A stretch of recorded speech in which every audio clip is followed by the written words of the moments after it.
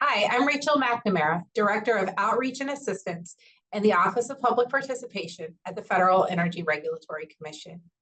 Today, we'll be discussing FERC's role in regulating the construction of interstate natural gas transmission pipeline projects.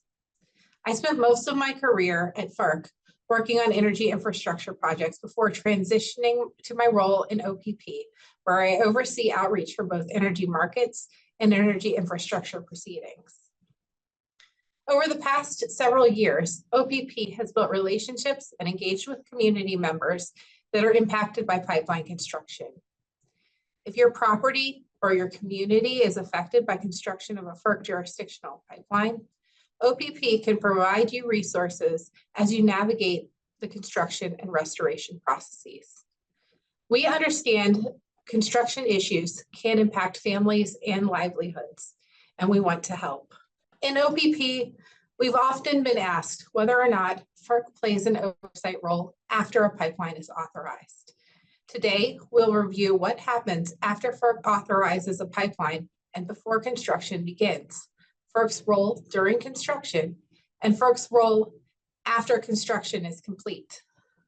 Last, we'll talk about resources available to landowners and concerned citizens during the construction and restoration processes.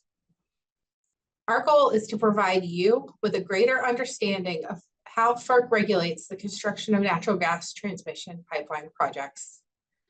Now I'd like to introduce John Peccanem. John has spent the past 20 years working at FERC, mostly in the Office of Energy Projects, where he dealt with pipeline construction issues directly.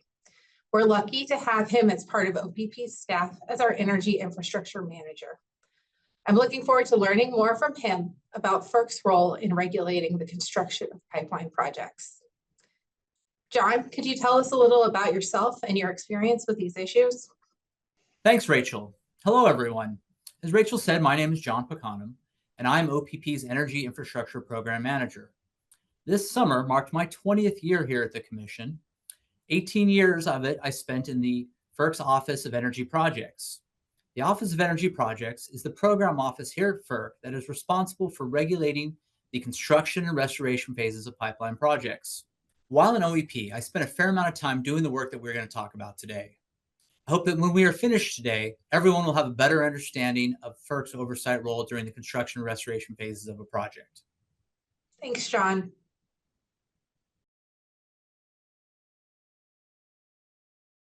Okay, John, well, let's dive in.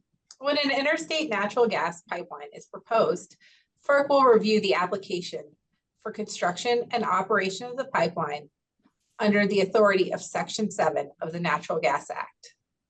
So let's say FERC authorizes the project, which happens when the Commission issues what's known as a Certificate of Public Convenience and Necessity.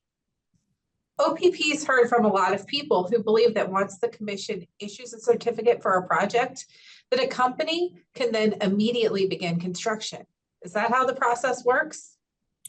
Rachel, that's a great question, and it's one I've heard repeatedly as well. Before I dive into the process that begins with the issuance of a certificate, I like to take a step back and provide some background. The commissioners have delegated authority to FERC staff to 1, regulate the construction of pipeline projects, and 2, regulate the restoration of lands affected by pipeline projects. Specifically, the Commission has delegated this authority to staff in the Office of Energy Projects. Having delegated authority means that OEP staff generally do not need additional authorization from the commissioners when it comes to regulating pipeline projects. Now let's get back to the process that occurs once a certificate has been issued, the post-certificate review process. Construction of a project cannot begin until a request to proceed with construction has been submitted by the company to FERC and a notice to proceed with construction has been issued by FERC staff. Only when a notice to proceed with construction has been issued can a company break ground on a project. Okay, John. So how do we get from a request to proceed with construction to a notice to proceed with construction? So there are several steps that a company needs to take during the post-certificate review process to prepare a request to proceed with construction, and a lot of review that is done by staff before a notice to proceed with construction can be issued. In my experience, pipeline companies are often not ready to begin construction immediately upon receiving a certificate. In addition to organizing themselves, securing easements, and mobilizing people and equipment, companies need to satisfy the commitments made in their applications, as well as any conditions of their certificate before submitting a request to proceed with construction. Doing all of this takes time. So certificate conditions are requirements placed upon the company by FERC to ensure the project is conducted appropriately and impacts on the environment are reduced. Yes, each certificate will contain conditions. In some cases, a certificate may only contain about a dozen conditions, commonly referred to as standard conditions, and in other cases, even more. No matter the number of conditions, companies need to demonstrate on the record that they have satisfied all of them in any request to proceed with construction. Okay, so how does a company demonstrate that they've satisfied these conditions? So the primary way companies demonstrate their application commitments and their compliance with a certificate's conditions is by preparing an implementation plan. Implementation plans are actually required by one of the standard conditions I just mentioned. An implementation plan requires the company to identify a number of things, including how a company will implement the construction procedures and mitigation measures described in its application, how the company will incorporate construction mitigation measures into their contract bid documents, the number of environmental inspectors assigned to the project, company personnel will receive copies of the appropriate material, the dates and locations of environmental compliance training, the company personnel having responsibility for compliance, and the procedures the company will follow if non-compliance occurs, as well as charts and scheduling diagrams. Okay, John, that's a lot of information. Yes, it is, and that's just one condition. As I said, an implementation plan, that's a tongue twister, requires that companies address all of the conditions of its order. This is not optional, this is a requirement. All of this information needs to be filed and reviewed by FERC staff before a notice to proceed with construction can be issued. I think this is something that a lot of people don't realize. The post-certificate review process requires the preparation, submittal, and review of substantial amount of information, all of it on the record before construction can begin. Okay, John. So I know that before coming to OPP, you did a lot of this work, reviewing implementation plans and ensuring that companies have satisfied their commitments and order conditions. What's that process like? It's a lot of work. Typically, the FERC team that conducted the environmental review and prepared the environmental assessment or the environmental impact statement will be tasked with reviewing the implementation plan and any other information necessary to satisfy the conditions of the order. The review team typically includes the project manager, engineer, biologist, geologist, and other resource analysts and professionals. Depending on the project and the number of conditions, it may take staff weeks to determine if the project is ready to proceed with construction. If staff determines that information submitted by the company is sufficient, it can then issue a notice to proceed with construction. If the information is not sufficient, the company will need to submit additional information for staff's consideration. As a reminder, FERC staff are professional scientists and engineers. These reviews can be complicated. A notice to proceed with construction will only be issued if staff determines the company has satisfied its commitments and is in compliance with the conditions of the order. Thanks, John. That's really helpful. So just to summarize, a certificate does not authorize the construction of a project. The authorization to construct a project to break ground comes in a notice to proceed with construction. This notice is issued by FERC staff, and it will only be issued once staff has determined that the company has met or will meet the obligations made in its application and has demonstrated that it will comply with the conditions of its order. That's right, Rachel. But a couple more things, because there's always a couple more things. I would like to add that commission staff can issue a partial notice to proceed with construction. Partial meaning that a company can request to construct a segment or discrete piece of a project. In those instances, staff's review process is the same, however, it only applies to the segment specifically requested by the company. Staff still ensures all obligations are met and conditions are satisfied, but only for the segment specifically requested by the company. I also want to highlight a relatively new policy that came out of FERC Order 871B. In this order, the Commission modified a rule prohibiting any construction until FERC acts on any rehearing requests. As a reminder, a rehearing request is a legal procedure that allows a party to request reconsideration on a final ruling of a FERC decision. A rehearing request can be made up to 30 days after the issuance of a FERC order, but if there is no rehearing request, then FERC can authorize construction by issuing a notice to proceed. Thanks for explaining what happens after a certificate is issued by FERC. John, as you know, OPP staff have heard concerns from landowners and other members of the public that FERC really isn't involved during the construction of pipeline projects, or that involvement is lacking. Can you respond to some of those concerns and outline FERC's role during construction of a pipeline project? Yes. Let me start with this. FERC staff is present and involved throughout the construction process. Staff involvement with the construction phase of a project begins before any ground is broken. In addition to staff's work during the post-certificate review process, staff will often meet with company officials overseeing construction and are often present during project kickoff meetings and trainings. Staff has these meetings and attends these events to remind companies of its roles and responsibilities and to remind them of their commitments and obligations. So what happens when construction begins? Once construction begins, FERC staff is responsible for monitoring construction activities and ensuring a company complies with its application commitments and all the conditions of the project certificate. FERC staff will not only be involved with the project during construction, but it will be involved during restoration and will stay responsive to any issues that may arise during the operation of a project. Hey, hold on, John. How does FERC monitor compliance with certificate conditions and ensure compliance during construction and restoration? It's a good question, Rachel. Let's take a step back for a minute. A FERC certificate will include a number of standard conditions that a company must comply with. These conditions require companies to do several things, including filing regular reports in the Commission's administrative record, or eLibrary. FERC staff monitors eLibrary to address comments about construction from landowners and concerned community members.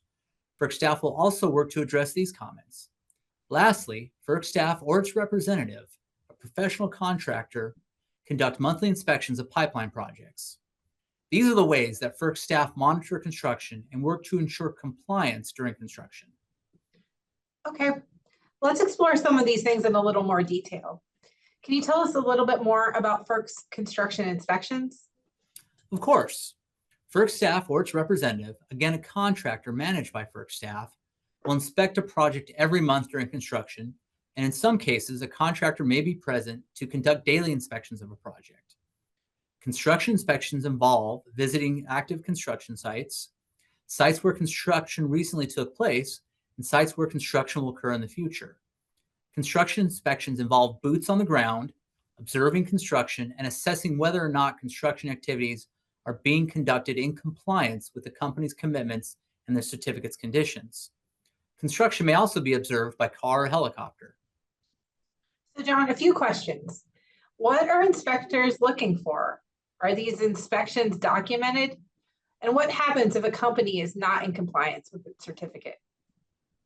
Inspectors are making sure the project is constructed consistent with the company's commitments and certificate conditions. Inspectors familiarize themselves with the application certificate conditions and work with FERC staff to ensure construction activities are conducted properly. Inspections are documented in reports and entered into FERC's eLibrary. The public can access these inspection reports to gauge construction progress and compliance status. If a company is not in compliance with its commitments and obligations, there are several potential courses of actions or consequences. Companies are obligated to report any construction and compliance issues to Commission staff in their regular construction reports submitted into the record. Similarly, when FERC staff conduct an inspection and observe a noncompliance, they are also required to include this in their inspection reports. These actions serve to document construction activities and build a record should issues and concerns continue or arise in the future. In my experience, most compliance issues are remedied in the field by the company. However, when issues are not quickly addressed in the field, persist or reoccur, or the resolution is unsuccessful or unsatisfactory, FERC staff will often direct the company to take additional action. This additional direction may occur in phone calls, in a meeting, or in writing. These actions may be implemented quickly or may require additional time and resources. Every project is different, and ensuring compliance can be challenging. But FERC staff is reviewing these projects and working to ensure projects are constructed properly. If people are interested in learning more about construction and what inspectors are looking for, I encourage people to review the implementation plan, the FERC Upland Erosion Control Revegetation and Maintenance Plan, and the FERC Wetland Water Body Construction Mitigation Procedures. FERC's plan and procedures are available on ferc.gov, and OPP has an explainer on its website.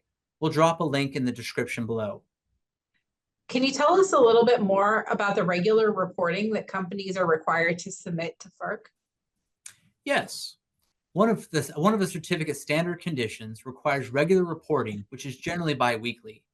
This regular reporting will provide a summary on the status of construction, detail environmental compliance issues that are encountered, state any landowner questions or concerns, and document any non-compliances that occurred during construction and restoration. These reports are available for public review in eLibrary, and FERC staff is continuously monitoring these reports and addressing issues described within them. Thanks, John. I imagine you could spend a lot of time describing staff's efforts to monitor construction and ensure compliance. I very much appreciate you providing this high-level overview. Okay, now we've talked about FERC's role after it issues a certificate, but before construction begins, and about FERC's role during construction. Next, John, can you describe for us FERC's role post-construction, which I think is also referred to as the restoration phase of the project? Absolutely. Once construction of a pipeline is complete, crews can begin restoring affected lands. In some cases, restoration of affected lands will begin immediately after a pipeline trench is backfilled. In other cases, crews may leave and return to restore affected lands days or weeks later after the trench has been backfilled. Whether restoration occurs immediately after construction or occurs at some point later in the future, companies are required to restore lands to pre-construction conditions. If you're wondering why restoration often feels delayed, a common reason for delay in restoration is weather, which can adversely affect restoration efforts and timelines. Flood, drought, all of these conditions can affect restoration efforts. What does restoration typically include? And what's FERC staff's role? So restoration includes removing construction debris, removing temporary erosion control devices, and then grading, seeding, and mulching, and monitoring of the right-of-way. FERC's role during restoration is very similar to its role during construction. FERC staff monitor regular reports filed by the company, and just like during construction, during restoration, FERC staff or its representatives conduct restoration inspections to report on restoration progress, issues, problem areas, and noncompliances. If restoration is delayed or is not immediately successful, FERC staff will continue to monitor the restoration reports filed after a project is placed into service to ensure that affected lands are restored appropriately. In the restoration inspections, staff document and place into eLibrary things like conditions or status of grade, drainage, and revegetation progress. So John, when a project goes into service and the gas is flowing, does that mean that construction and restoration are complete? That's a great question. A project is generally granted authorization to enter into service once a company has demonstrated that construction is complete and that restoration is proceeding satisfactorily. Restoration might not be fully complete when a project goes into service, but efforts should continue until restoration is complete.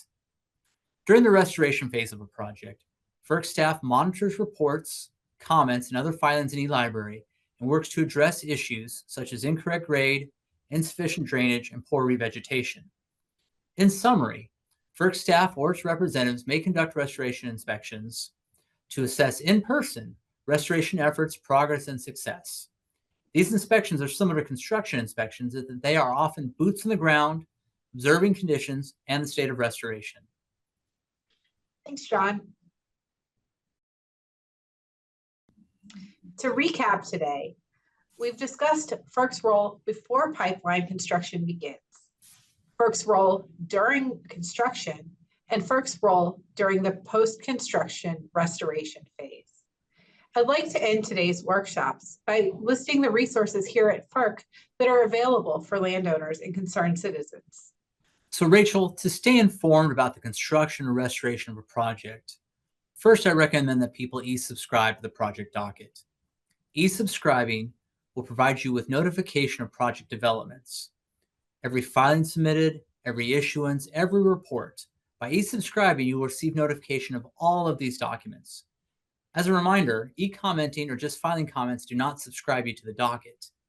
Additionally, if you'd like to review construction and restoration details, the application, certificate, and the company's implementation plan are all available in eLibrary. Construction schedules, construction methods, and how a company will comply with the conditions of its respective certificate can all be found in the implementation plan. Again, this document can be found in eLibrary. In terms of other tools and services available to landowners and concerned citizens, I recommend the FERC website, which has numerous pages dedicated to landowners and construction. In my opinion, two of the most helpful are landowner topics of interest and environmental guidelines. OPP staff can assist with locating these resources and can provide you with links. Another resource is FERC's Landowner Helpline. The Landowner Helpline is managed by FERC's Dispute Resolution Service. Landowner Helpline staff facilitate communication between landowners and pipeline companies. FERC Landowner Helpline staff are neutral and independent professional mediators who assist landowners with construction-related concerns and damages, land access issues, easement issues, land restoration disputes, and noise and/or vibration complaints. Landowner Helpline staff do not advocate positions, conduct investigations for the Commission, or provide legal advice. When calling the FERC Landowner Helpline, please have the project's docket number, the name and location of the project, and the name and contact information for company officials you've been working with. This will help FERC staff better address your concerns. And just to summarize, if you are a landowner or a concerned citizen and you see something during construction or restoration of pipeline that you don't think is correct, you can always contact FERC. OPP can help direct your inquiry. You can file a comment in the FERC docket, or you can call FERC's Landowner Helpline. Thanks, John. And thanks to all of you for participating in today's workshop. OPP's mission is to empower, promote, and support public voices at FERC. OPP is available to help you and others better understand the Commission's processes and how you can participate in FERC proceedings. If you have any questions or need assistance, please contact our office. To view a copy of the presentation slides, links, or handouts, visit ferc.gov/OPP or click on the link in the description below. Thanks for watching.